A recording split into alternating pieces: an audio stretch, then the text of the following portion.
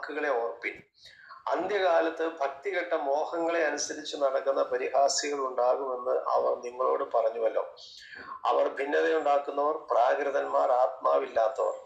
നിങ്ങളോ പ്രിയമുള്ളവരെ, നിങ്ങളുടെ അതിവിശുദ്ധ വിശ്വാസത്തെ ആധാരമാക്കി നിങ്ങൾക്ക് തന്നെ ആത്മീയ വർധന വരുത്തിയും പരിശുദ്ധാത്മാവിൽ പ്രാർത്ഥിച്ചും നിത്യജീവനായിട്ട് നമ്മുടെ കർത്താവായ യേശുക്രിസ്തുവിന്റെ കരുണയ്ക്കായി കാത്തിരുന്നും കൊണ്ട് ദൈവസ്നേഹത്തിൽ നിങ്ങളെ തന്നെ സൂക്ഷിച്ചുകൊള്ളുവിൻ.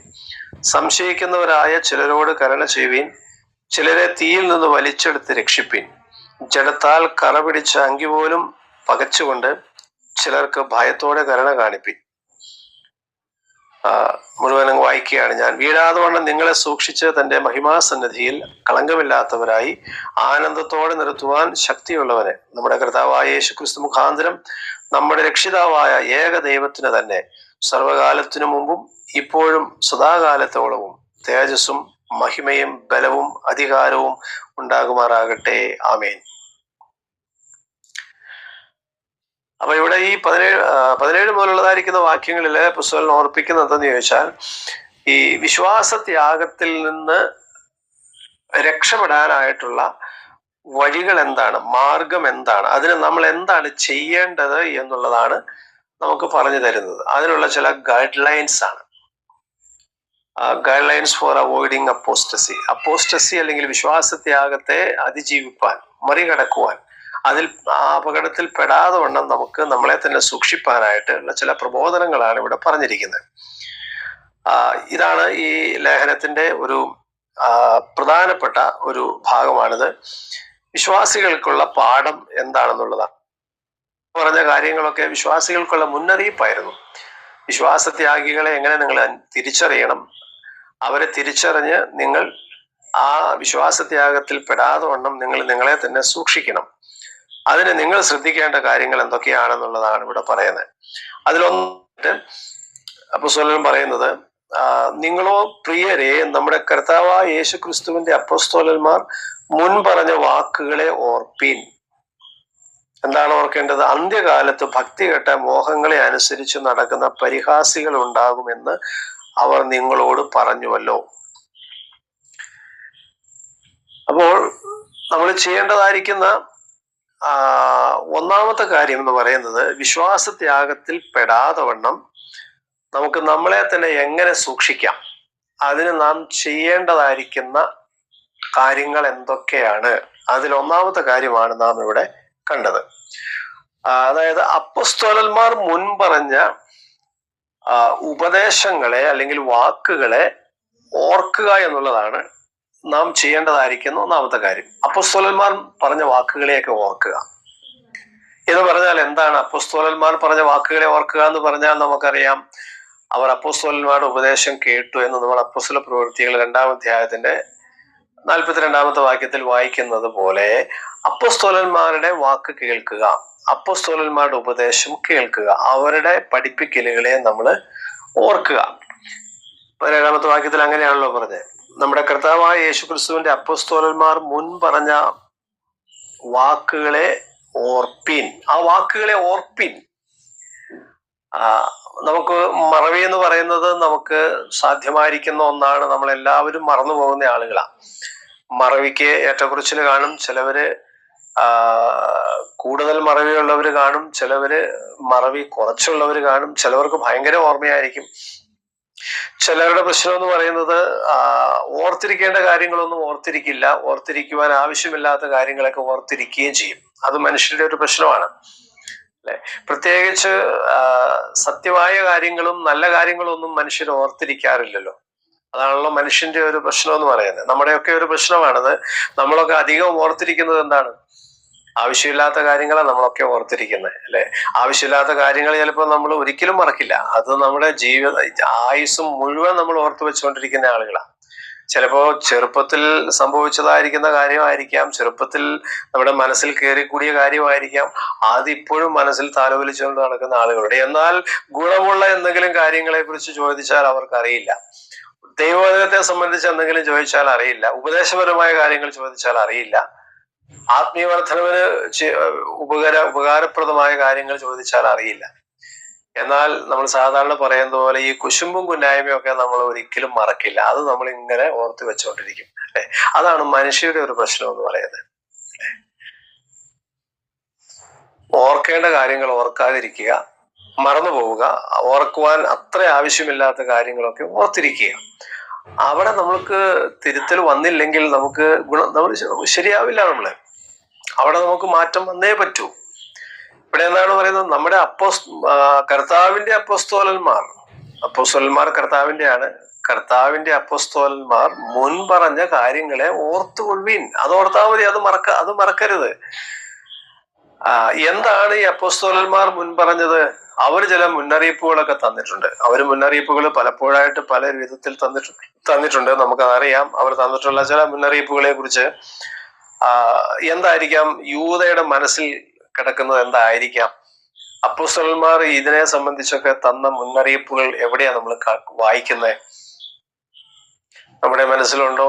ആരുടെയെങ്കിലും മനസ്സിലുണ്ടോ അപ്പോസ്തലന്മാർ നമുക്ക് തന്ന ചില മുന്നറിയിപ്പുകൾ ഈ വിഷയത്തെ സംബന്ധിച്ച്, അല്ലെങ്കിൽ നമ്മുടെ ആത്മീയ ജീവിതത്തിന്റെ വളർച്ചയെ സംബന്ധിച്ച്, അപകടത്തിൽ പെടാതെ നമ്മളെ തന്നെ സൂക്ഷിക്കുന്നതിനെ സംബന്ധിച്ച് അപ്പോസ്തലന്മാർ നൽകിയിട്ടുള്ളതായിരിക്കുന്ന പല മുന്നറിയിപ്പുകളും നമ്മൾ കാണുന്നുണ്ട്. നമുക്ക് അതിൽ ചിലതൊന്ന് വായിച്ചു നോക്കാം. അപ്പോസ്തല പ്രവൃത്തികൾ 20-ാം അധ്യായത്തിന്റെ 29-30 വാക്യങ്ങളിൽ നാം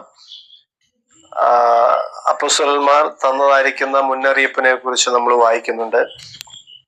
അത് നമുക്ക് പരിചയമുള്ളതായിരിക്കുന്ന ഒരു വേദഭാഗമാണ് താൻ. അപ്പോസ്തല പ്രവൃത്തികൾ 20-ാം അധ്യായത്തിന്റെ 29-30 വാക്യങ്ങൾ ഞാനതൊന്ന് വായിക്കാം. ഞാൻ പോയ ശേഷം ആട്ടിൻകൂട്ടത്തെ ആദരിക്കാത്ത കൊടിയ ചെന്നായ്ക്കൾ നിങ്ങളുടെ ഇടയിൽ കടക്കുമെന്ന് ഞാൻ അറിയുന്നു. ശിഷ്യന്മാരെ തങ്ങളുടെ പിന്നാലെ വലിച്ചു കളവാനായി വിപരീത ഉപദേശം പ്രസ്താവിക്കുന്ന പുരുഷന്മാർ നിങ്ങളുടെ ഇടയിൽ നിന്നും എഴുന്നേൽക്കും. ഇത് അപ്പോസ്തലനായിരിക്കുന്ന പൗലോസിന്റെ മുന്നറിയിപ്പാണ്. പൗലോസ് എഫേസോസിലെ മൂപ്പന്മാരെ വിളിച്ചു വരുത്തി അവരോട് പറയുന്നതാണ്. ഇത് അവർക്ക് വേണ്ടി മാത്രം എഴുതിയിരിക്കുന്നതല്ല, എല്ലാ വിശ്വാസികൾക്കും എല്ലാ കാലത്തും ഉള്ളവർക്ക് വേണ്ടി എഴുതിയിരിക്കുക. അപ്പൊ ഇവിടെ പറഞ്ഞിരിക്കുന്നത് എന്താണ്? ഒരു മുന്നറിയിപ്പാണ്. ഞാൻ പോയ ശേഷം അല്ലെങ്കിൽ അപ്പോസ്തലന്മാർ പോയി കഴിഞ്ഞാൽ, അല്ലെങ്കിൽ അപ്പോസ്തലന്മാരുടെ കാലശേഷം, അതാണ് ആ പറഞ്ഞതിന്റെ അർത്ഥം. അപ്പോസ്തലന്മാർ ജീവിച്ചിരിക്കുന്ന കാലത്ത് ദുരുപദേശങ്ങൾ കടന്നു കൂടിയിട്ടുണ്ട്. ദുരുപദേശങ്ങൾ കടന്നു കൂടാതെ അവരാലാവതും വേലി കെട്ടി കോട്ട കെട്ടി ഉറപ്പിച്ചിട്ടാണ് അപ്പോസ്തലന്മാർ പോയതും അവർ ജീവിച്ചതും ഒക്കെ. എന്നാൽ അവർക്ക് അതിനുശേഷം ഈ പ്രശ്നങ്ങളൊക്കെ സഭകളിൽ വന്നിട്ടുണ്ട്. അപ്പോൾ അപ്പോസ്തലന്മാര് ഓർപ്പിക്കുന്നത്, പൗലോസ് പ്രത്യേകിച്ച് ഓർപ്പിക്കുന്നത് എന്ന് ചോദിച്ചാൽ, ഇവരെ വിളിച്ചിരിക്കുന്നത് കൊടിയ ചെന്നായ്ക്കൾ എന്നാണ് വിളിച്ചിരിക്കുന്നത്. കൊടിയ ചെന്നായ്ക്കൾ. നമുക്കറിയാം ആട്ടിൻകൂട്ടവും ചെന്നായ്ക്കളും തമ്മിലുള്ള ആ ഒരു ബന്ധം നമുക്കറിയാം. യോഹന്നാന്റെ സുവിശേഷം 10-ാമത്തെ അധ്യായം നാം വായിക്കുമ്പോൾ ആട്ടിൻകൂട്ടത്തെ കുറിച്ചും ആടുകളെ കുറിച്ചും അതുപോലെ ചെന്നായ്ക്കളെ കുറിച്ചൊക്കെ നമ്മൾ വായിക്കുന്നുണ്ട്. ഇവിടെ പൗലോസ് അവരെ വിളിച്ചിരിക്കുന്നത് കൊടിയ ചെന്നായ്ക്കൾ എന്നാണ്, അല്ലെ? എന്ന് വെച്ചാൽ കടിച്ച് കീറി ആടുകളെ കശാപ്പ് ചെയ്യുന്നതായിരിക്കുന്ന ഇടയന്മാര്. ആടുകളെ വെച്ചേക്കില്ല, അവരെ തകർക്കും, അവരെ നശിപ്പിക്കും. ചെന്നായ്ക്കൂട്ടത്തിലേക്ക് ഒരു ആട് ചെന്ന് കിട്ടിയാൽ, പെട്ടാൽ സംഭവിക്കുന്ന എന്താണെന്ന് നമുക്കറിയാം. ആ ആട് പിന്നെ ബാക്കി ഉണ്ടാവില്ല. അതിൽ നിന്ന് രക്ഷിപ്പാനായിട്ട് ഇടയന്മാർക്ക് പോലും ചിലപ്പോൾ കഴിഞ്ഞെന്ന് വരില്ല. അതുകൊണ്ടാണ് പറയുന്നത്, ഈ ചെന്നായ് വരുന്നത് കാണുമ്പോൾ കൂലിക്കാരനായിരിക്കുന്ന ആളുകൾ എന്ത് ചെയ്യുമെന്നാണ് നാം വായിക്കുന്ന യോഹന്നാൻ 10-ാം അധ്യായത്തില്. അവ ഓടി ഒളിക്കുന്നു. അപ്പൊ ചെന്നായവയെ പിടിക്കുകയും ചിഹ്നിച്ചു കളയുകയും ചെയ്യുന്നു എന്നാണ് നാം യോഹന്നാൻ 10-ൽ വായിക്കുന്നത്. എന്നാൽ നല്ല ഇടയൻ എന്ത് ചെയ്യും? നല്ല ഇടയൻ ആടുകൾക്ക് വേണ്ടി തന്റെ ജീവനെ കൊടുക്കുന്നു. എന്ന് പറഞ്ഞാൽ ചെന്നായ്ക്കൂട്ടങ്ങൾക്ക് വിട്ടുകൊടുക്കില്ല. ജീവൻ കൊടുത്തിട്ടാണെങ്കിൽ പോലും ഈ നല്ല ഇടയൻ ആടുകളെ വിടുവിക്കും, സംരക്ഷിക്കും എന്നാണ് പറയുന്നത്. അപ്പോ ഈ ചെന്നായ്ക്കളെ കുറിച്ച് പറയുന്ന ആ ഒരു കാര്യം പറയാൻ വേണ്ടി ഞാൻ വായിച്ചതാണ്. ഇത് കർത്താവ് പറഞ്ഞ വാക്കും അപ്പോസ്തലന്മാർ പറഞ്ഞ വാക്കും ഒക്കെ തമ്മിലൊരു ബന്ധമുണ്ട്. യൂദയും പറയുന്നത് തന്നെയാണ്. പത്രോസ് തന്റെ ലേഖനത്തിൽ അത് പറഞ്ഞിട്ടുണ്ട്. അപ്പോൾ അപ്പോസ്തലന്മാർ മുൻകൂട്ടി പറഞ്ഞ കാര്യങ്ങളെ നിങ്ങൾ ഓർക്കണം എന്നാണ് പറഞ്ഞത്. അതിൽ ഓർക്കേണ്ട കാര്യം എന്താണ്? ഈ ചെന്നായ്ക്കളെ പോലെ ഇവര് വരും. ഈ ചെന്നായ്ക്കളുടെ ഒരു പ്രത്യേകതയുണ്ടല്ലോ. ചെന്നായ്ക്കളുടെ പ്രത്യേകതയെ കുറിച്ച് നമ്മൾ വായിക്കുന്നത്, ഈ ആടുകളും ചെന്നായ്ക്കളും പെട്ടെന്ന് തിരിച്ചറിയാനായിട്ട് ബുദ്ധിമുട്ടാണ് ഈ ചെന്നായ്ക്കളെ. ആടുകളുടെ ഇടയിൽ ഇവ കയറിപ്പറ്റിയാൽ അവര് ആടുകളുടെ വേഷം ധരിച്ചെത്തുന്ന ചെന്നായ എന്നാണ് പറയുന്നത്. ഈ ചെന്നായെ കുറിച്ച് പറയുന്നത് അങ്ങനെയാണ്. അവര് ആടുകളെ പിടിക്കാനായിട്ട് വരുന്നത് എങ്ങനെയെന്ന് ചോദിച്ചാൽ, അവര് കൊടിയ ചെന്നായ്ക്കള്, അവര് ഇടയിൽ കടക്കും. അവരെങ്ങനെയാണ് ഇടയിൽ കടക്കുന്നത്? അവര് വേഷം കെട്ടിയൊക്കെയാണ് ഇടയിൽ കടക്കുന്നത്. ഈ ചെന്നായകള് ആടിന്റെ വേഷം കെട്ടിയ ചെന്നായി, അല്ലെ? അങ്ങനെയൊക്കെ ഒരു ചൊല്ലുണ്ടല്ലോ നമുക്ക്, ആട്ടിൻതോൽ അണിഞ്ഞ ചെന്നായി, അങ്ങനെയാണല്ലോ സാധാരണ നമ്മൾ കേൾക്കുന്നത്. അപ്പൊ എന്തുകൊണ്ടാണ് അങ്ങനെ ഒരു ചൊല്ല് വന്നത് തന്നെ? ആട്ടിൻതോൽ അടിഞ്ഞ ചെന്നായി. അതായത് ഈ ചെന്നായ്ക്കളുടെ ഒരു പ്രത്യേകത എന്ന് പറയുന്നത്, ഈ വാക്ക് ചുമ്മാ ഉപയോഗിച്ചതല്ലോ ഈ അപ്പോസ്തലന്മാര്. കർത്താവ് ആ വാക്ക് ഉപയോഗിച്ചത് അപ്പോസ്തലന്മാർ ഉപയോഗിച്ചതും ആടുകളുമായിട്ട് ബന്ധപ്പെട്ട ആളുകൾക്ക് എല്ലാവർക്കും അറിയാവുന്ന വാക്കുകളാണത്. പെട്ടെന്ന് മനസ്സിലാവും, അതിന്റെ അർത്ഥം മനസ്സിലാകും, ഉദ്ദേശിച്ചത് എന്താന്നുള്ളത് മനസ്സിലാകും. അതുകൊണ്ടാണ് ആ പ്രയോഗം നടത്തിയിരിക്കുന്നത്. അപ്പോ എന്നാൽ ഇന്ന് ചിലപ്പോൾ നമുക്കത് മനസ്സിലാക്കാനായിട്ട് ചില ബുദ്ധിമുട്ടായിരിക്കും. അതുകൊണ്ടാണ് പലരും ഈ ചെന്നായ്ക്കളുടെ കൂട്ടത്തിൽ ചെന്ന് ചാടി അകപ്പെട്ടു പോവുക പലരും. അപ്പൊ ഇവരുടെ രീതി എന്താന്ന് ചോദിച്ചാൽ, ഇവര് ആടുകളെ തെറ്റിക്കാനായിട്ട് ആടുകളുടെ ഇടയിൽ അവർ എങ്ങനെയെങ്കിലും നുഴഞ്ഞു കയറും. അവര് നുഴഞ്ഞു കയറിയാൽ പിന്നെ എന്ത് സംഭവിക്കും? അവര് ഇടയിൽ കടന്നു കഴിഞ്ഞാൽ പിന്നെ അവര് തങ്ങളുടെ പിന്നാലെ ശിഷ്യന്മാരെ വലിച്ചു കളയും, വിപരീത ഉപദേശം പ്രസ്താവിക്കും. ഉണർന്നിരിപ്പിൻ എന്നാ പറയുന്നത്. പക്ഷെ ഇത് വലിയൊരു അപകടമാണ്. പിന്നെ 1 തീമോഥെയോസിന്റെ ലേഖനത്തിലേക്ക് വരുമ്പോൾ നമ്മൾ കാണുന്നുണ്ടല്ലോ, 1 തീമോഥെയോസിന്റെ ലേഖനം അതിന്റെ 4-ാമത്തെ അധ്യായത്തിലൂടെ കടന്നു പോകുമ്പോൾ, 1 തീമോഥെയോസ് 4-ാം അധ്യായത്തിന്റെ 1-ാമത്തെ വാക്യത്തിൽ അപ്പോസ്തലന്മാർ നൽകിയ മറ്റൊരു മുന്നറിയിപ്പാണ്. എന്നാൽ ഭാവി കാലത്ത് ചിലർ വ്യാജ ആത്മാക്കളെയും ഭൂതങ്ങളുടെ ഉപദേശങ്ങളെയും ആശ്രയിച്ച് ഭോഷ്കു പറയുന്നവരുടെ കപടത്താൽ വിശ്വാസം ത്യജിക്കും എന്ന് ആത്മാവ് തെളിവായി പറയുന്നു. ഇത് ഈ കൊടിയ ചെന്നായ്ക്കളെ കുറിച്ചാണ് പറയുന്നത്. അപ്പോസ്തലന്മാർ നൽകിയ മുന്നറിയിപ്പാണ്. അപ്പൊ ഇവരും ചെയ്യുന്നത് എന്തെന്ന് ചോദിച്ചാൽ, ഭൂതങ്ങളുടെ ഉപദേശം, തെറ്റായിരിക്കുന്ന ഉപദേശം ഭോഷ്കു പറഞ്ഞ് കപടത്താൽ വിശ്വാസം ത്യജിക്കുമെന്ന് പറയുന്നു.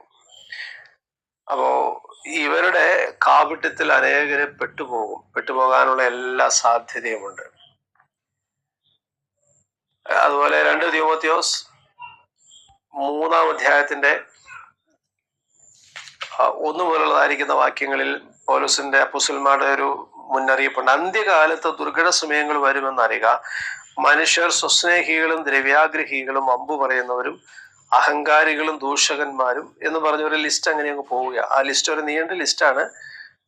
കാപട്യമുള്ള ആളുകള് അവര് മനുഷ്യരെ വീഴിക്കുന്നത് എങ്ങനെയാണ്. അപ്പോ അപ്പോസ്തലന്മാർ നൽകിയ മുന്നറിയിപ്പ് ഇങ്ങനെ പല സ്ഥലങ്ങളിലും കിടപ്പുണ്ട്. അതുപോലെ തന്നെ 2 തീമോഥെയോസ് 4-ാം അധ്യായത്തിന്റെ 3-4 വാക്യങ്ങളിൽ നാം വായിക്കുന്നത്, അവർ പത്യോപദേശം പൊറുക്കാതെ കർണരസമാകുമാറും സ്വന്തം മോഹങ്ങൾക്കൊത്തവണ്ണം ഉപദേഷ്ടാക്കന്മാരെ പെരുക്കുകയും സത്യത്തിന് ചെവി കൊടുക്കാതെ കെട്ടുകഥ കേൾപ്പാൻ തിരികുകയും ചെയ്യുന്ന കാലം വരും.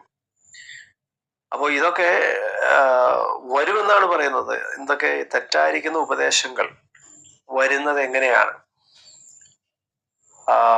2 പത്രോസിന്റെ ലേഖന 2-ാം അധ്യായത്തിന്റെ 1 മുതൽ 3 വരെയും 3-ാം അധ്യായത്തിന്റെ 3-4 വാക്യങ്ങളിലുമൊക്കെ നാം ഈ ആശയം പത്രോസ് എങ്ങനെയാണ് പറഞ്ഞിരിക്കുന്നത് എന്ന് നാം വായിക്കുന്നുണ്ട്. അപ്പൊ പൗലോസിന്റെ എഴുത്തുകളിലുണ്ട്, പത്രോസിന്റെ എഴുത്തുകളിലുണ്ട്. അപ്പൊ അപ്പോസ്തലന്മാർ മുൻകൂട്ടി പറഞ്ഞു. അപ്പോ യൂദ ഈ ലേഖനം എഴുതുന്ന സമയത്ത് പൗലോസിന്റെ ചില എഴുത്തുകൾ തീർച്ചയായിട്ടും യൂദ വായിച്ചിട്ടുണ്ട്. പത്രോസിന്റെ എഴുത്തും വായിച്ചിട്ടുണ്ടാകാൻ ചിലപ്പോ. അപ്പോൾ അപ്പോസ്തലന്മാർ മുൻ പറഞ്ഞത്, പിന്നെ ഇത് അപ്പോസ്തലന്മാർ മുൻ പറഞ്ഞ കാര്യങ്ങള് പലതും അവരുടെ ഉപദേശങ്ങളിലൂടെ, അവരുടെ എഴുത്തുകളിൽ കൂടി അല്ലെങ്കിൽ പോലും അവരുടെ പഠിപ്പിക്കലുകളിൽ നിന്ന് മനസ്സിലാക്കിയിട്ടുള്ള ആളുകളിൽ ഒരാളാണ് യൂദ. അപ്പൊ അപ്പസ്തോലന്മാർ മുൻ പറഞ്ഞതായിരിക്കുന്ന ഈ കാര്യങ്ങളെ നിങ്ങൾ സൂക്ഷിച്ചു കൊള്ളണം എന്നുള്ളതാണ് ഒന്നാമത് ഇവിടെ യൂദ നൽകുന്നതായിരിക്കുന്ന പ്രബോധനം. അപ്പസ്തോലന്മാർ മുൻ പറഞ്ഞ കാര്യങ്ങളെ ഓർക്കുക, ദൈവവചനം ഓർക്കുക, ദൈവവചനം പഠിച്ച കാര്യങ്ങളെ ഓർക്കുക, പഠിച്ച കാര്യങ്ങൾ നിലനിൽക്കാതാണ് ചുരുക്കി പറഞ്ഞാൽ. അപ്പസ്തോലന്മാർ പറഞ്ഞ കാര്യങ്ങൾ പഠിക്കുക, നീ പഠിച്ചും നിശ്ചയം പ്രാപിച്ചും ഇരിക്കുന്നതിൽ നിലനിൽക്ക എന്ന് പൗലോസ് തിമോഥെയോസിനോട് പറയുന്നത് പോലെ നമ്മളെ പഠിപ്പിച്ച കാര്യങ്ങൾ അപ്പസ്തോലന്മാരിൽ നിന്നാണ് നാം എല്ലാം പഠിച്ചത്. ബൈബിൾ എന്ന് പറയുന്നത് അപ്പസ്തോലന്മാരും പ്രവാചകന്മാരും വഴി നമുക്ക് ലഭിച്ചതാണ്. അപ്പൊ അപ്പസ്തോലന്മാരിൽ നിന്ന് നാം പഠിച്ച കാര്യങ്ങൾ, അല്ലെങ്കിൽ ബൈബിളിൽ നിന്ന് പഠിച്ച കാര്യങ്ങൾ, ആ സത്യങ്ങളിൽ നാം അടിയുറച്ചു നിന്നില്ല എങ്കിൽ സംഭവിക്കുന്നത് എന്താണ്? ഇവരുടെ പിടിയിൽ അകപ്പെടുവാനായിട്ടുള്ള സാധ്യതയുണ്ട് എന്നാണ് ഇവിടെ യൂദ നമ്മെ ഓർപ്പിക്കുന്നത്. ഇവരുടെ അപ്പോസ്തലന്മാർ പഠിപ്പിച്ച കാര്യങ്ങൾ ഓർക്കുക. അത് ഓർക്കുമ്പോൾ തന്നെ ഓർക്കേണ്ട ഒരു കാര്യമുണ്ട്. ഇവരെ കുറിച്ച് അപ്പോസ്തലന്മാർ പറഞ്ഞിരിക്കുന്നത് എന്തൊക്കെയാണ്? ഇവരെ കുറിച്ച് പറയുന്നത് ഭക്തികെട്ട മോഹങ്ങൾ അനുസരിച്ച് നടക്കുന്ന ആളുകളാണ് ഇവര്. ഇതൊക്കെ ഓർത്തോളം എന്നാണ് പറയുന്നത്. ഭക്തികെട്ട മോഹങ്ങൾ അനുസരിച്ച് നടക്കുന്നവർ. ഭക്തികെട്ട എന്ന് പറഞ്ഞാൽ ഇവരുടെ മോഹങ്ങൾ ഭക്തിക്ക് അനുസാരമായതല്ല, ഭക്തിയെ കെടുത്തുന്നതാണ്. ഭക്തി കേട്, ഭക്തി കെട്ട, അല്ലെ? അപ്പൊ ഇവരുടെ ആഗ്രഹങ്ങള്, ഇവരുടെ മോഹങ്ങള്, ഇവരുടെ ജീവിത ശൈലി ഇതൊന്നും ഭക്തിയുമായിട്ട് ബന്ധപ്പെട്ടതല്ല. പക്ഷെ ഇതിനകത്തുള്ള ഒരു പ്രശ്നം എന്ന് പറയുന്നത്, നമ്മള് തീമോഥെയോസിന്റെ ലേഖനത്തിൽ വായിച്ചതുപോലെ ഇവര് ഈ കപട ഭക്തന്മാരായിട്ടാണ് വരുന്നത്. കാപട്യം കാണിക്കും, കപടഭക്തിയോടുകൂടെ വരും. പക്ഷെ ഇവരുടെ കാപട്യം തിരിച്ചറിയാനായിട്ട് പലപ്പോഴും കഴിയുന്നില്ല ആളുകൾക്ക്. ഈ കപടഭക്തിയെ തിരിച്ചറിയാന്ന് പറയുന്നത് അത്ര എളുപ്പമുള്ള കാര്യമല്ല കേട്ടോ, വളരെ ബുദ്ധിമുട്ടുള്ള കാര്യമാണ്.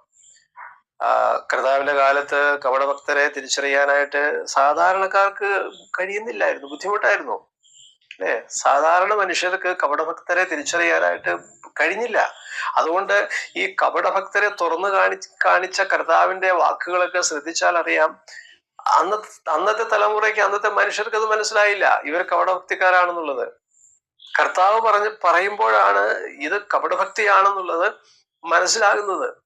ഇന്നും അങ്ങനെ തന്നെയാട്ടോ. കപടഭക്തിയെ തിരിച്ചറിയാനായിട്ട് അത്ര എളുപ്പമല്ല. അതുകൊണ്ടാണ് ഇന്ന് പെട്ടെന്ന് എത്രയും വേഗത്തില് ഈ വിശ്വാസികളെ വഴിതെറ്റിക്കാനായിട്ട് സാധിക്കുന്നത്. ഇന്ന് കാപട്യം കാണിച്ച് നടക്കുന്നതായിരിക്കുന്ന ആളുകളുടെ കാപട്യത്തിൽ പെട്ടെന്ന് കുടുങ്ങിപ്പോകുന്നു, അതിനകത്ത് വീണു പോകുന്ന ആളുകൾ. എന്റെ പ്രിയപ്പെട്ടവരെ, നമ്മൾ വളരെ ശ്രദ്ധിച്ചു കൊള്ളണം. നമ്മള് ഭക്തികെട്ട ഈ ആളുകള്, അവരുടെ മോഹങ്ങൾ അനുസരിച്ച് നടക്കുന്ന ആളുകള്, അവരുടെ ഭക്തികേടിന്റെ രീതികളെ കുറിച്ച് പറയുന്നത് ഇവിടെ 2-3 വാക്കുകളുണ്ട്. ഒന്ന്, അവര് പരിഹാസികളാണ്. പരിഹാസികൾ, ഭിന്നത ഉണ്ടാക്കുന്നവർ, പ്രാകൃതന്മാർ, ആത്മാവില്ലാത്തവർ. ഇങ്ങനെയുള്ളവരെ ഒക്കെ ശ്രദ്ധിച്ചാൽ നിങ്ങൾക്കറിയാം ഇത് ഭക്തികെട്ട മോഹങ്ങൾ അനുസരിച്ച് നടക്കുന്നവരാണ്. പരിഹാസികള്. ഈ പരിഹാസികളായിരിക്കുന്ന ആളുകൾ എല്ലാ കാലത്തും ഉണ്ട്. പരിഹാസികൾ പൗലോസിന്റെ എഴുത്തുകളിലുണ്ട്, അതുപോലെ പത്രോസിന്റെ എഴുത്തിലും യൂദയുടെ എഴുത്തിലൊക്കെ നമ്മൾ ഈ പരിഹാസികളെ കുറിച്ച് വായിക്കുന്നുണ്ട്. ഈ പരിഹാസികൾ, ഭിന്നതയുണ്ടാക്കുന്നവർ, അവര് ഭിന്നതയുണ്ടാക്കുന്നവരാണ്. ദൈവജനത്തെ ഒരുമിപ്പിക്കുന്നതിന് പകരം ദൈവജനത്തെ ഭിന്നിപ്പിക്കുന്ന ആളുകൾ. അത് ഈ കപടഭക്തരായിരിക്കുന്ന ആളുകളെ തിരിച്ചറിയാനായിട്ടുള്ള ഒരു നല്ല ലക്ഷണം എന്ന് പറയുന്നത് ഇതാണ്. ഭിന്നതയുണ്ടാക്കുന്നവർ, സഭകളിൽ ഭിന്നതയുണ്ടാക്കുന്നവര്, ദൈവജനത്തിന്റെ ഇടയിൽ ഭിന്നതയുണ്ടാക്കുന്നവര്, ഇവരെയൊക്കെ ശ്രദ്ധിച്ചാൽ അറിയാം ഇവർ ഈ ഭിന്നതയുണ്ടാക്കുന്നത് എന്തെങ്കിലും കഴമ്പുള്ള കാര്യങ്ങളുടെ പേരിലല്ല എന്നുള്ളതാണ് ഈ ഭിന്നത ഉണ്ടാക്കുന്നവരുടെ ഒരു പ്രശ്നം എന്ന് പറയുന്നത്. ഉപദേശത്തിന്റെ പേരിലൊക്കെ ഉണ്ടാകുന്നുണ്ട് കേട്ടോ, ഇല്ല എന്നല്ല പറയുന്നത്. തെറ്റായ ഉപദേശങ്ങള് മുറുകെ പിടിക്കുന്ന ആളുകൾ ഭിന്നത ഉണ്ടാക്കുന്നുണ്ട്. എന്നാൽ പലപ്പോഴും ഈ ഭിന്നത അധികം ഉണ്ടാകുന്നത് ഇതിന്റെ ഒന്നും പേരിലല്ല കേട്ടോ. ചില വ്യക്തിപരമായിരിക്കുന്ന കാര്യങ്ങളുടെയൊക്കെ പേരിലാണ് ഈ ഭിന്നത ഉണ്ടാകുന്നത്.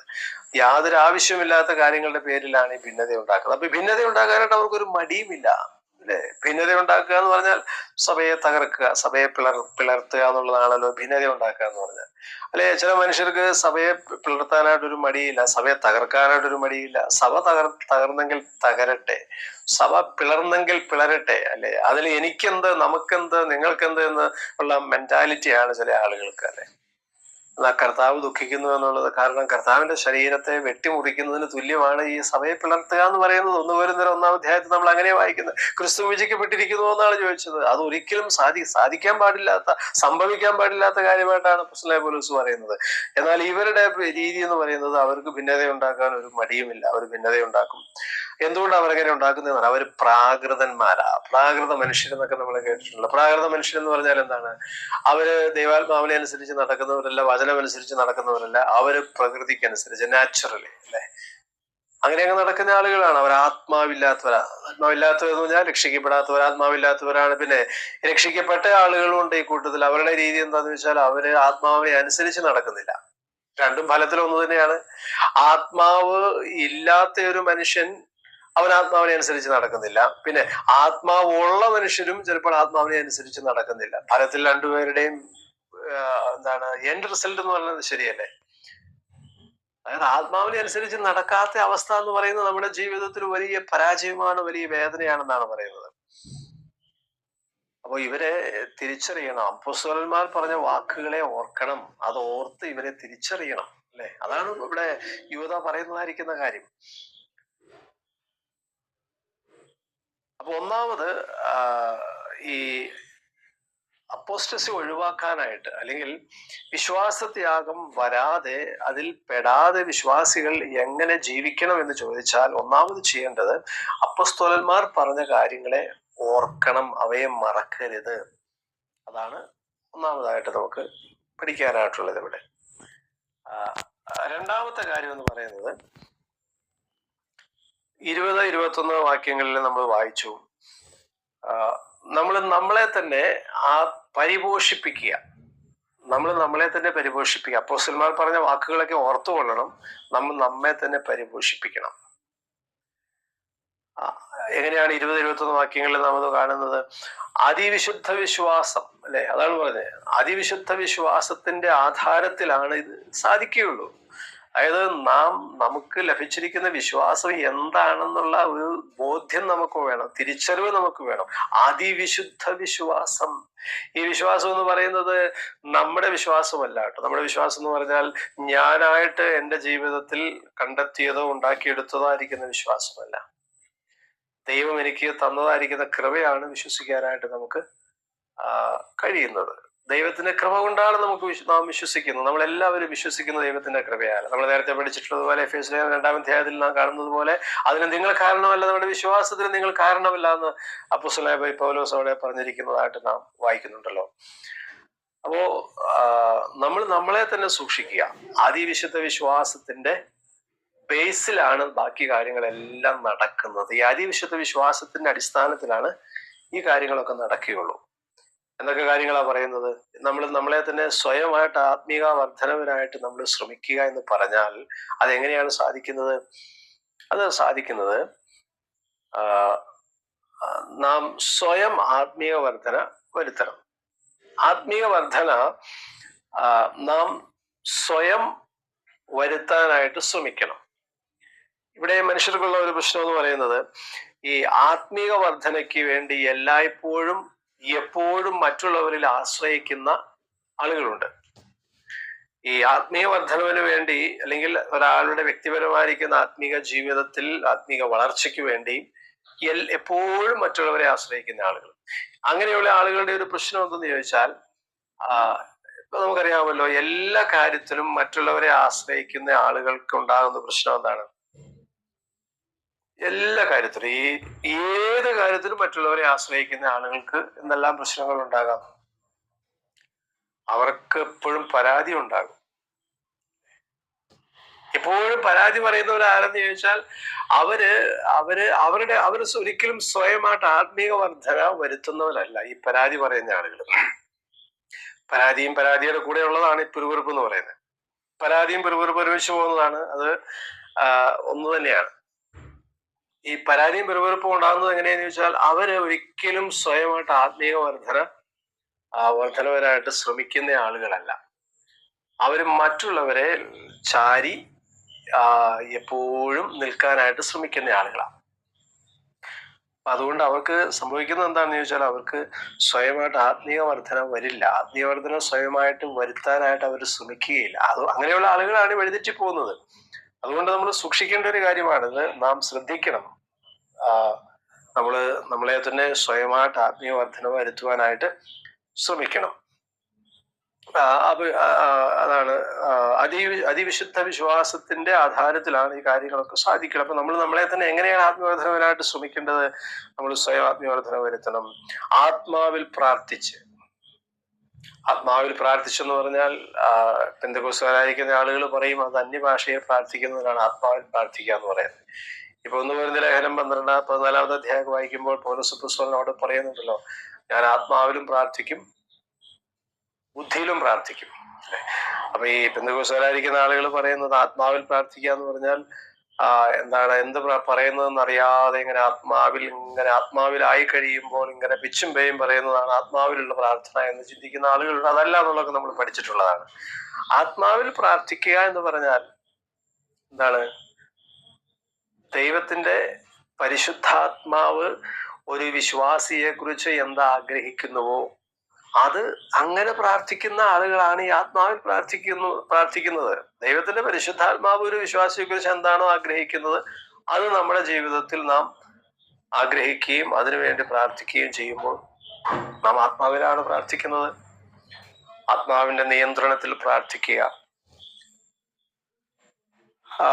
പിന്നെ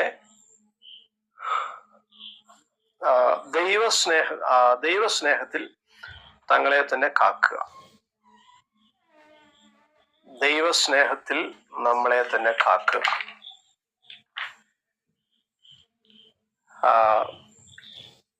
ദൈവസ്നേഹത്തിൽ വസിക്കുക. ദൈവസ്നേഹത്തിൽ സ്വയം കാക്കുക. സ്നേഹത്തിന് വിപരീതമായിട്ട് വരുന്നതെല്ലാറ്റിനെയും നാം സൂക്ഷിക്കുക എന്നുള്ളതാണ്. നമ്മളെ തന്നെ കാക്കുക. അതായത് സ്നേഹത്തിന് വിപരീതമായിട്ട് വരുന്നത് എന്ത് തന്നെയാണെങ്കിലും നമ്മൾ നമ്മളെ തന്നെ പ്രൊട്ടക്ട് ചെയ്യണം. അത് നമ്മുടെ ജീവിതത്തിൽ കടന്നു വരാനായിട്ട് നമ്മൾ അനുവദിക്കുകയില്ല. കർത്താവിന്റെ വരവിനായിട്ട് നാം പ്രതീക്ഷയോടെ കാത്തിരിക്കുക. അപ്പൊ ഇങ്ങനെയാണ് ഒരാൾ തങ്ങളെ തന്നെ ആത്മീയ വർധനവിൽ സൂക്ഷിക്കുന്നതും വളർത്തുന്നതും. നമുക്ക് ഇങ്ങനെ നമ്മളെ തന്നെ സൂക്ഷിക്കാനായിട്ട് നമുക്ക് എത്രമാത്രം കഴിയുന്നുണ്ടെന്നുള്ളത് നാം ഒന്ന് ചിന്തിക്കുക.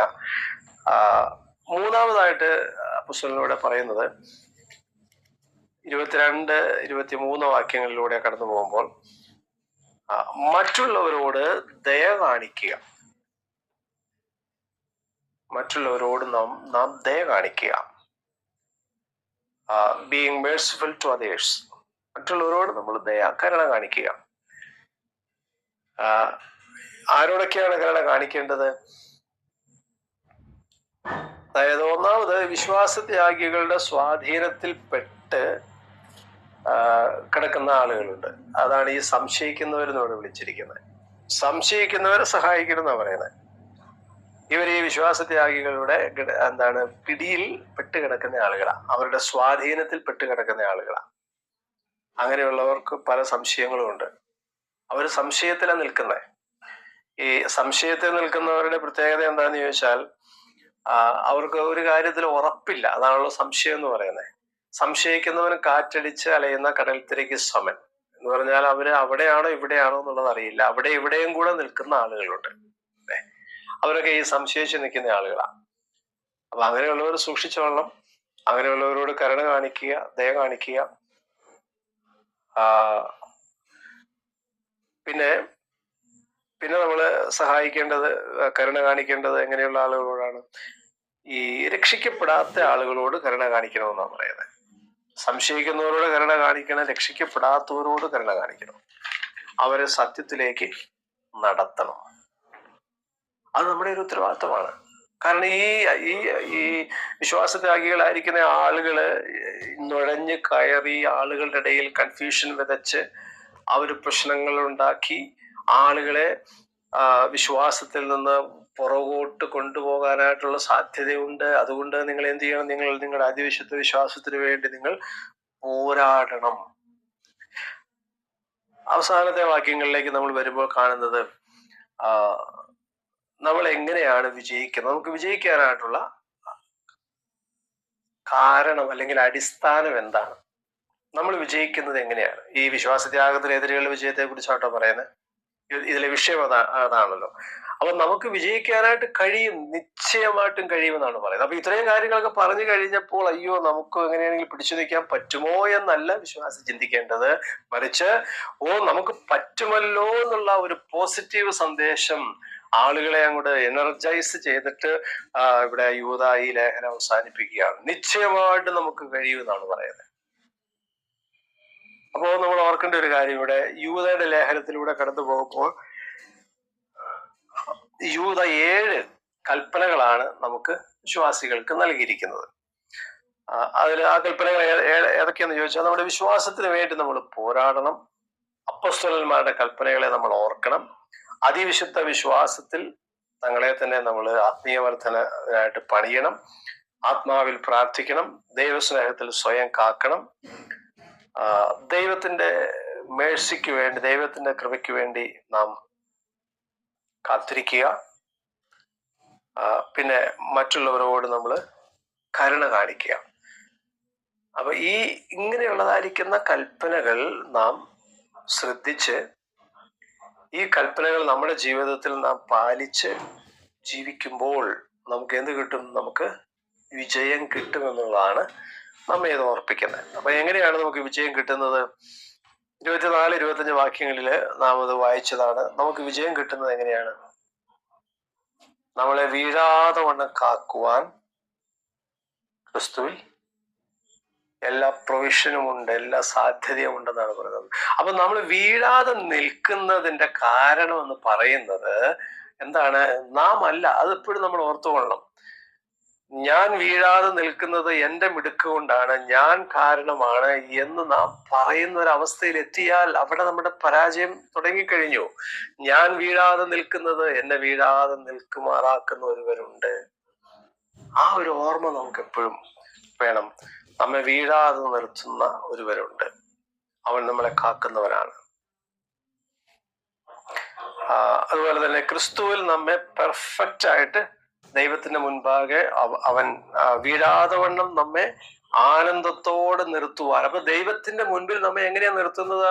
പെർഫെക്റ്റ് ആയിട്ടാണ് നിർത്തുന്നത്. നമ്മിൽ ഒരു കുറവുമില്ലാതെ സമ്പൂർണ്ണ സന്തോഷവും ആനന്ദവും ഉള്ളവരായിട്ട് ഓരോ വിശ്വാസിയെയും പിതാവിന്റെ മുൻപാകെ നിർത്തുന്ന ആ പ്രവൃത്തിയാണ് കർത്താവായിരിക്കുന്ന യേശുക്രിസ്തുവിൽ ദൈവം ഇന്ന് ചെയ്തുകൊണ്ടിരിക്കുന്നത്. അപ്പൊ അങ്ങനെ നമുക്ക് ഈ നിലയിൽ വീഴാതെ കൊണ്ട് നമ്മളെ തന്നെ കാക്കാനും നമ്മെ തികഞ്ഞവരാക്കി നിർത്തുന്ന ആ കർത്താവിന്റെ കൃപയെ നമ്മൾ ഓർത്ത് അവസാനം താൻ പറയുന്നത്, യൂദാ പറയുന്നത്, ക്രിസ്തുവിൽ ആത്യന്തിക വിജയം വിശ്വാസികൾക്ക് ഉറപ്പാണെന്നാണ് പറയുന്നത്. അത് ക്രിസ്തുവിൽ സാധിക്കും. ക്രിസ്തുവിൽ എല്ലാ അനുഗ്രഹങ്ങളും നമുക്ക് ലഭ്യമാണ്. ക്രിസ്തുവിൽ ആത്യന്തികമായിട്ട് വിജയിക്കുന്നത് കർത്താവാണ്. ആത്യന്തിക വിജയം ഒരു വിശ്വാസി ക്രിസ്തുവിലൂടെയാണ് നേടുന്നത്. അപ്പൊ നമ്മളൊക്കെ വിജയിക്കുന്നത് നമ്മുടെ കഴിവുകൊണ്ടല്ല, നമ്മുടെ മിടുക്കുകൊണ്ടല്ല, നമ്മൾ കർത്താവിന്റെ കൃപ കൊണ്ടാണ് നമ്മൾ വിജയിക്കുന്നത്. അപ്പൊ അതുകൊണ്ട് നമ്മളെ ഇങ്ങനെ നിർത്തുവാൻ കഴിയുന്ന കർത്താവ്, ആ കർത്താവിലുള്ള നമ്മുടെ വിശ്വാസം, കർത്താവിലുള്ള ആശ്രയം, അതാണ് ഏറ്റവും പ്രധാനപ്പെട്ടത്. ഈ കർത്താവിൽ വിശ്വാസവും ആശ്രയവും ഉണ്ടെങ്കിൽ നമ്മൾ ഒരിക്കലും വിശ്വാസത്യാഗത്തിലേക്ക് പോവുകയില്ല. നമ്മളെ എങ്ങനെയാണ് നിർത്തുന്നത് എന്നുള്ളതാണ് നാം ശ്രദ്ധിക്കേണ്ട. ആ വാക്യമൊക്കെ നമ്മൾ കാണാതെ പഠിച്ചിട്ടുള്ള വാക്യങ്ങളായിരിക്കാം, എങ്കിൽ ഞാനതൊന്നുകൂടെ വായിക്കുകയാണ്. അതിന്റെ അവസാനത്തെ ഭാഗത്തേക്ക് വരുമ്പോൾ നാം ഇങ്ങനെയാണല്ലോ കാണുന്നത്. തന്റെ മഹിമാസന്നിധിയിൽ കളങ്കമില്ലാത്തവരായി ആനന്ദത്തോടെ നിർത്തുവാൻ ശക്തിയുള്ളവനെ നമ്മുടെ കർത്താവായ യേശുക്രിസ്തു മുഖാന്തരം നമ്മുടെ രക്ഷിതാവായ ഏക ദൈവത്തിന് തന്നെ സർവകാലത്തിനു മുമ്പും ഇപ്പോഴും സദാകാലത്തേക്കും തേജസ്സും മഹിമയും ബലവും അധികാരവും ഉണ്ടാകുമാറാകട്ടെ. അപ്പൊ നമ്മയൊക്കെ വീഴാതെ വണ്ണം നിർത്തി. എങ്ങനെയാണ് വീഴാതെ കൊണ്ട് നിർത്തിയിട്ട് തന്റെ മഹിമാസന്നധിയിൽ കളങ്കമില്ലാത്തവരായിട്ടാണ് നിർത്തുന്നത്. ആനന്ദത്തോടെ നിർത്തുവാനായിട്ട് ശക്തിയുള്ള നമ്മുടെ കർത്താവായിരിക്കുന്ന യേശുക്രിസ്തു മുഖാന്തരം നമ്മുടെ രക്ഷിതാവായിട്ടുള്ള ഏകദൈവത്തിന് തന്നെ സർവകാലത്തിനു മുമ്പും ഇപ്പോഴും സദാകാലത്തേക്കും തേജസ്സും മഹിമയും ബലവും അധികാരവും ഉണ്ടാകുമാറാകട്ടെ. അപ്പോൾ നമ്മളെ കർത്താവ് നിർത്താൻ പോകുന്നത് എങ്ങനെയാ? ഒരു വിശ്വാസി ദൈവത്തിന്റെ മുൻപാകെ നിൽക്കുന്നത് എങ്ങനെയാ? ക്രിസ്തുവിലാണ് നിൽക്കുന്നത്. ക്രിസ്തു നിൽക്കുമ്പോൾ അവൻ എങ്ങനെയാ നിൽക്കുന്നത്? കളങ്കമില്ലാത്തവരായിട്ട്,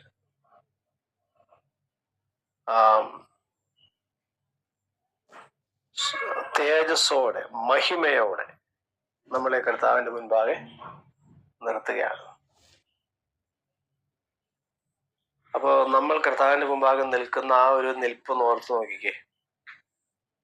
കളങ്കമൊന്നുമില്ലാത്തവരായിട്ട്, മഹിമയോടെ, തേജസ്സോടെ, ദൈവത്തിന് ഏറ്റവും പ്രസാദമുള്ള ആളുകൾ എന്നുള്ള നിലയിൽ നമ്മൾ ദൈവത്തിന് മുൻപാകെ നിൽക്കുകയാണ്. ഇങ്ങനെ നിൽക്കുമ്പോൾ നമ്മൾ ഓർക്കേണ്ട ഒരു കാര്യമുണ്ട്. ക്രിസ്തുവിലാണ് ഞാൻ നിൽക്കുന്നത്. ക്രിസ്തുവിലാണ് എന്നെ ഇങ്ങനെ ദൈവം നിർത്തിയിരിക്കുന്നത്. കർത്താവായ യേശുക്രിസ്തു മുഖാന്തരം. അപ്പൊ യേശുക്രിസ്തു മുഖാന്തരം ഒരു വിശ്വാസി ദൈവത്തിന്റെ മുൻപാകെ നിൽക്കുന്നത് എങ്ങനെയാണ്? ഒരു ഊനവുമില്ലാത്തവരായിട്ട്, കളങ്കമില്ലാത്തവരായിട്ട്, പരിപൂർണനായിട്ട് നിൽക്കുക ദൈവത്തിന്റെ മുൻപാകെ. ഇങ്ങനെ നിൽക്കുമ്പോൾ നമ്മെ ഇങ്ങനെ നിർത്തിയ ദൈവത്തെങ്കിലേക്കാണ് നമുക്ക് നോക്കാനായിട്ടുള്ളത്. അത് പറഞ്ഞാണ് യുവതി അവസാനിപ്പിക്കുന്നത്. നാം ഇങ്ങനെ പെർഫെക്റ്റ് ആയിട്ട് ദൈവത്തിന് മുമ്പാകെ നിൽക്കുമ്പോൾ നമുക്കൊന്നും പുകഴാനില്ല. ക്രിസ്തുവിലൂടെയാണ് ഞാൻ ഇന്നിങ്ങനെ നിൽക്കുന്നത്. അതോർത്ത് നമുക്ക് ആനന്ദത്തോടെ സന്തോഷത്തോടെ ദൈവത്തെ സ്തുതിക്കാം, ആരാധിക്കാം. നമ്മുടെ വിശ്വാസത്തിന് വേണ്ടി നമുക്ക് പോരാട്ടം കഴിക്കാം. അപ്പോൾ ഈ പോരാടാനായിട്ടുള്ള ബലവും ഊർജവും ആവേശവും ആളുകൾക്ക് ഉണ്ടാകുന്നത് എങ്ങനെയാണ്? ഒന്നുകിൽ ഈ പോരാട്ടത്തിൽ എനിക്ക് തീർച്ചയായിട്ടും വിജയം ലഭിക്കുമെന്നുള്ള ഉറപ്പുണ്ടെങ്കിൽ നമ്മൾ എങ്ങനെയായിരിക്കും പോരാടുന്നത്? നമ്മൾ ജീവൻ മരണ പോരാട്ടം എന്നൊക്കെ പറഞ്ഞ പോലെ അല്ലേ നമ്മൾ പോരാടും. അതുപോലെ തന്നെ ഈ പോരാട്ടത്തില് നമ്മുടെ മിടുക്കുകൊണ്ടല്ല, നമ്മുടെ കഴിവുകൊണ്ടല്ല, ദൈവത്തിന്റെ കൃപയാൽ മാത്രം എന്നെ അവന്റെ മുൻപാകെ ഇങ്ങനെ നിർത്തുന്ന കർത്താവിന്റെ കൃപയിൽ മാത്രം ഞാൻ നിൽക്കുന്നു എന്നുള്ളതായിരിക്കുന്ന ഒരു തിരിച്ചറിവ് ഒരു വിശ്വാസിക്ക് വന്നു കഴിയുമ്പോൾ ആ വിശ്വാസി എത്രയും വിനയമുള്ളവനായിട്ട്, എത്രയും താഴ്മയുള്ളവനായിട്ട്, ഭക്തിയോടെ തന്നെ ദൈവമുമ്പാകെ താഴ്ത്തി അവൻ നിൽക്കും, അവൻ ജീവിക്കും. അങ്ങനെയുള്ള ആളുകൾ ദൈവത്തിന്റെ സന്നിധിയിൽ എങ്ങനെയായിരിക്കും നിൽക്കുന്നത്? അങ്ങനെയുള്ള ആളുകൾ പെർഫെക്റ്റ് ആയിട്ട് ദൈവത്തിന്റെ സന്നിധി